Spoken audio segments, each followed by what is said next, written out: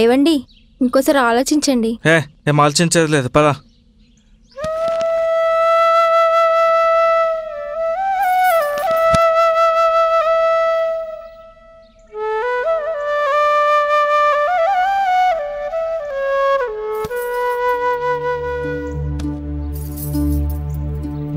చల్లగా ఉండండి. అప్పుడప్పుడు ఈ ముసలి తల్లిదండ్రులను పలకరిస్తూ ఉండండి. అదేమిటి విశాలాక్షి, వాళ్ళకు మాత్రం తెలీదు. మరే లేచున్నాడా, అమ్మకు బెంగ. రోజు నిద్ర లేవగానే చిన్నోడా తిన్నావా, కాఫీ తీసుకుంటావా, ఆఫీసు టైం అవుతుందిరా అంటూ ప్రతిసారి నిన్నే తలుచుకునే పిచ్చిది కదరా. అందుకే నువ్వు వెళ్తున్నావంటే బాధ. చిన్నోడా, రోజుకోసారి ఫోన్ చేస్తావు కదా. వారానికోసారి వచ్చి వెళ్ళు బాబు, నిన్ను చూడకుండా మేము ఉండలేం. సరే సరే, మేము వెళ్తాం. కొత్తింట్లో అన్నీ సర్దుకోవాలి. అయినా మాకు బోల్డ్ పనులున్నాయి. మీరంటే రిటైరే ఖాళీగా ఉన్నారు, మాకు అలా కుదరదు కదా. నీకు బొట్టు పెట్టి వేరే చెప్పాలా? పదా.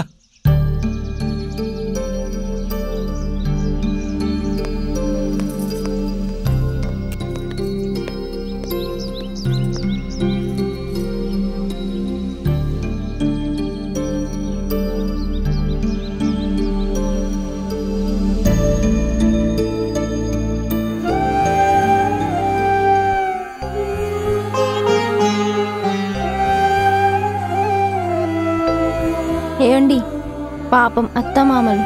నీకంత బాధగా ఉంటే ఇక్కడే ఉండిపో. అత్తమామలంటే మీకు ఎందుకంత కోపం? మనం కూడా వాళ్ళతో ఉండిపోతే బాగుండేది కదా. వాళ్ళ గురించి నీకేం తెలుసు? 10 ఏళ్ల వయసులోనే అల్లరెక్కువైందని నన్ను హాస్టల్ వేశారు. క్రమశిక్షణ పేరుతో నన్ను ఒక ఖైదీలా చూశారు. ఇంటర్లో నన్ను బలవంతంగా ఎంపీసీ తీసుకోమన్నారు. ఎంసెట్ కోసం నన్ను నిద్రపోనివ్వలేదు, వాళ్ళు నిద్రపోలేదు. బీటెక్ అయిపోగానే ఉద్యోగం దొరికే వరకు వెంటపడ్డారు. ఇప్పటికి కూడా మారలేదు. వాళ్ళకి నేను సుఖంగా ఉండడం ఇష్టం లేదు. వాళ్ళు స్వార్థపరులు.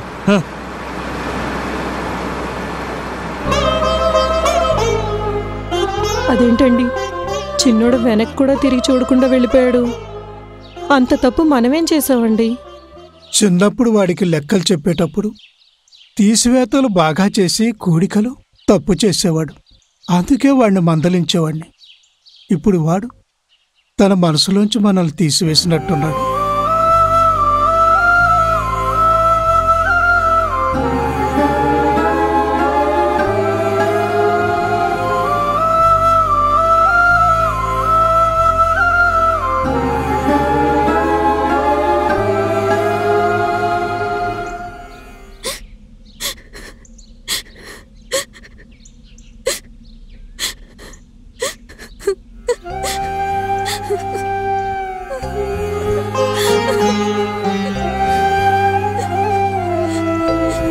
ఊరుకో చిట్టి తల్లి, ఊరుకో. అన్నయ్య పెళ్లి చేసుకుని వెళ్ళిపోయాడు.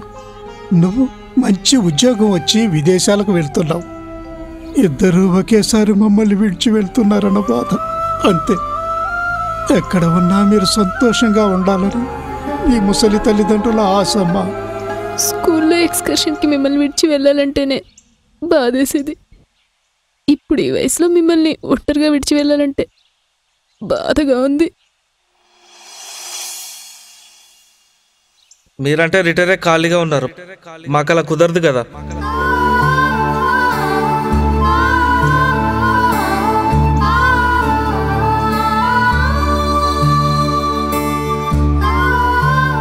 నాన్న, మీరు నాకు మాట ఇవ్వాలి. అమ్మా, నువ్వు కూడా వేలకు భోంచేయాలి, పెందరాలు నిద్రపోవాలి. నా గురించి అన్నయ్య గురించి బెంగపడద్దు. ఇవి మీకోసమే. మీరు నాకు ఎప్పుడు గుర్తుకొచ్చినా ఫోన్ చేస్తాను, నేను మీకు ఎప్పుడు గుర్తుకొచ్చినా ఫోన్ చేయాలి.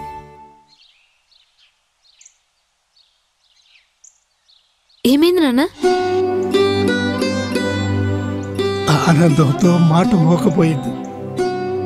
వెళ్ళిరా తల్లి, క్షేమంగా వెళ్ళిరా. ఆడపిల్ల అంటే ఆడపిల్ల అత్తవారింటికి వెళ్ళే పిల్ల అంటారు. కానీ నువ్వు ఏడ ఇక్కడున్న బంగారు తల్లివమ్మ నువ్వు.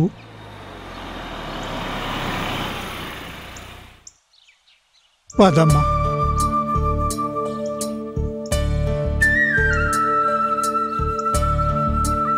వెళ్ళొస్తాను నాన్న, వెళ్ళొస్తానమ్మా.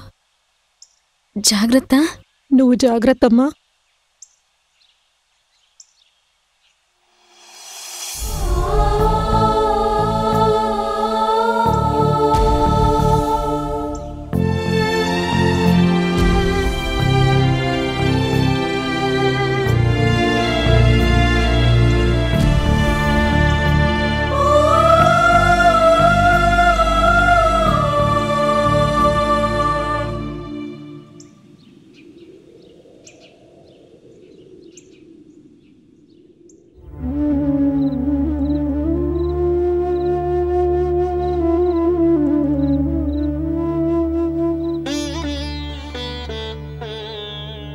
ఏంటండి ఇదంతా? కొన్ని గంటల క్రితం పిల్లలతో కళకళలాడిన ఇల్లు ఇప్పుడిలా. జీవితం అంటే ఇదే విశాలాక్షి. ఒంటరిగా వచ్చాం, బంధాలు కలుపుకున్నాం, అనుబంధాలు పెంచుకున్నాం. మన బాధ్యత పూర్తయింది, అనుబంధానికి కాలం చెల్లింది. చివరికి మనకి మనమే మిగిలాం. చిన్నోడికి మన మీద కోపం ఎందుకండి? మనం ప్రేమగానే పెంచాం కదా. చెట్టులోని కొమ్మకు చెదబడితే ఆ కొమ్మను విరిచేస్తాం. మళ్ళీ మరో మంచి కొమ్మ చిగురిస్తుందని, చెట్టు ఆరోగ్యంగా ఉండి ఫలాలనిస్తుందని.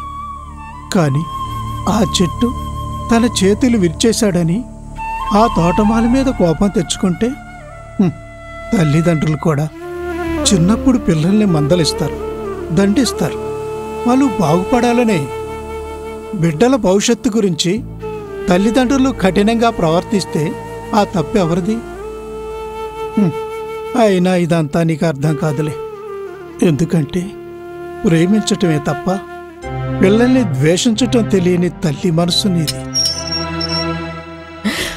ఏమండి, చిన్నాడే అనుకుంటా. పాపం వాడిని మనం అపార్థం చేసుకున్నామండి. మనల్ని చూడకుండా వాడు ఉండగలడా?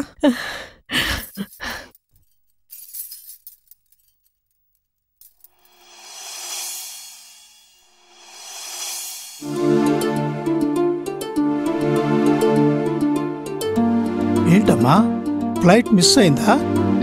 మరి క్యాన్సిల్ అయిందా? మరేంటమ్మా ఇలా వచ్చేసావు? ముందు మీరు ఇలా కూర్చోండి నాన్న, చెప్తాను.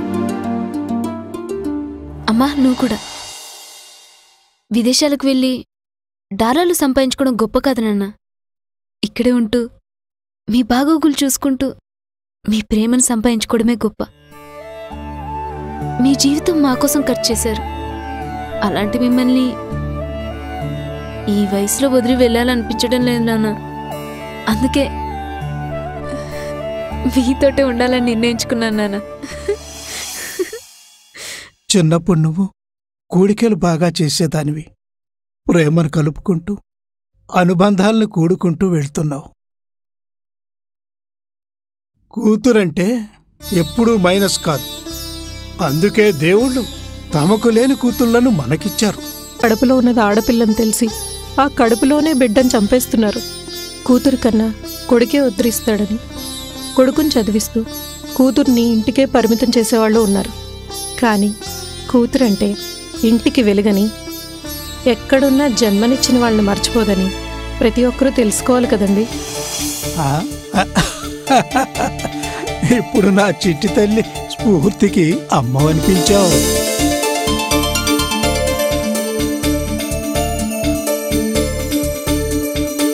ఈ సృష్టిలో చెట్లు, చేమలు, నదులు, గిరులు, పశుపక్ష్యాదులు ఇలా ఎన్నో ఉన్నాయి. కానీ మనిషికి మాత్రమే ప్రేమించే అవకాశం, ప్రేమను వ్యక్తం చేసే శక్తి ఉన్నాయి. పిల్లలు లేని తల్లిదండ్రులు ఉండొచ్చు, కానీ తల్లిదండ్రులు లేని పిల్లలు ఉండరు. అమ్మా నాన్నలను ప్రేమించే పిల్లలందరికీ ఈ షార్ట్ ఫిలిం అంకితం. ఇంతకీ మీలో కారు ఎవరికి నేర్పించాలయా? నాకే సార్, కానీ కారు కాదు సార్, బైకు. ఏంటి? మీరు విన్నది నిజమే సార్, ఆడికి నేర్పాల్సింది బైకే. ఇప్పుడు బండి నేర్చుకోవడం ఏంటయ్యా? ఇది ఎలా ఉంది తెలుసా? 30 ఏళ్ళు కూడా పెళ్లి చేసుకుని శోభనం గదిలో ఏం చేయాలని గూగుల్ కొట్టాడట. సర్లే సైకిల్ అయినా వచ్చా? అది కూడా రాదు సార్. అది కూడా రాదా? అంత రాక చూడకండి సార్. మరి లేకపోతే ఏంటయ్యా సైకిల్ కూడా రాకుండా? ఏమైంది సార్? ఇందాక అక్కడుండే కదరా? నేను అక్కడ ఉండేంటి సార్. 503 రూమ్లో సారు పొద్దున్న ఎక్కడికి వెళ్ళాలంటే కార్ క్లీన్ చేసి ఇండ కూర్చున్నా. నీతో అక్కడ మాట్లాడే కదరా? నేను మాట్లాడేమిటి సార్? తాగొచ్చారా? వాసన వస్తుందా? నిజంగా అక్కడే కదరా నీతో మాట్లాడాను. ఐటీ కదా, స్ట్రెస్ ఎక్కువ, అలాగే ఉంటుంది.